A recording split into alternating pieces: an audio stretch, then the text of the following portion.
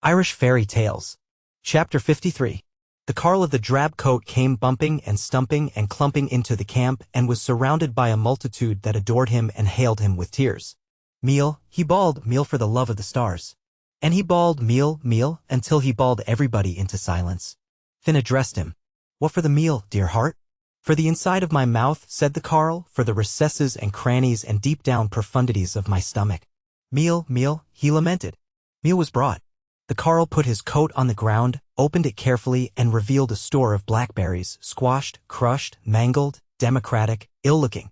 The meal, he groaned, the meal. It was given to him. What of the race, my pulse, said Finn. Wait, wait, cried the carle. I die for meal and blackberries. Into the center of the mess of blackberries he discharged a barrel of meal and bemixed the two up and through and round and down until the pile of white-black, red-brown slobber reached up to his shoulders. Then he commenced to paw and impel and project and cram the mixture into his mouth, and between each mouthful he sighed a contented sigh, and during every mouthful he gurgled an oozy gurgle. But while Finn and the Fianna stared like lost minds upon the carle, there came a sound of buzzing, as if a hornet or a queen of the wasps or a savage, steep-winged griffin was hovering about them. And looking away they saw Cale of the Iron charging on them with a monstrous extension and scurry of his legs. He had a sword in his hand, and there was nothing in his face but redness and ferocity. Fear fell K-night around the Fianna, and they stood with slack knees and hanging hands waiting for death. But the carle lifted a pawful of his oozy slop and discharged this at Cale with such a smash that the man's head spun off his shoulders and hopped along the ground.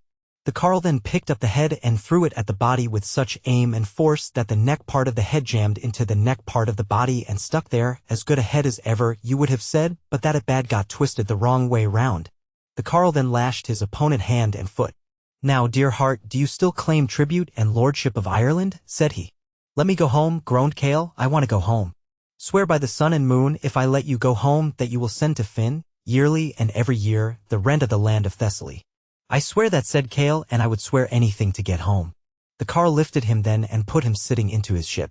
Then he raised his big boot and gave the boat a kick that drove it 7 leagues out into the sea, and that was how the adventure of Cale of the Iron finished. Who are you, sir? Said Finn to the carle. But before answering, the carle's shape changed into one of splendor and delight. I am ruler of the Shire of Rathcruachan, he said. Then Finn Mac made a feast and a banquet for the jovial god, and with that the tale is ended of the king of Thessaly's son and the carle of the drab coat.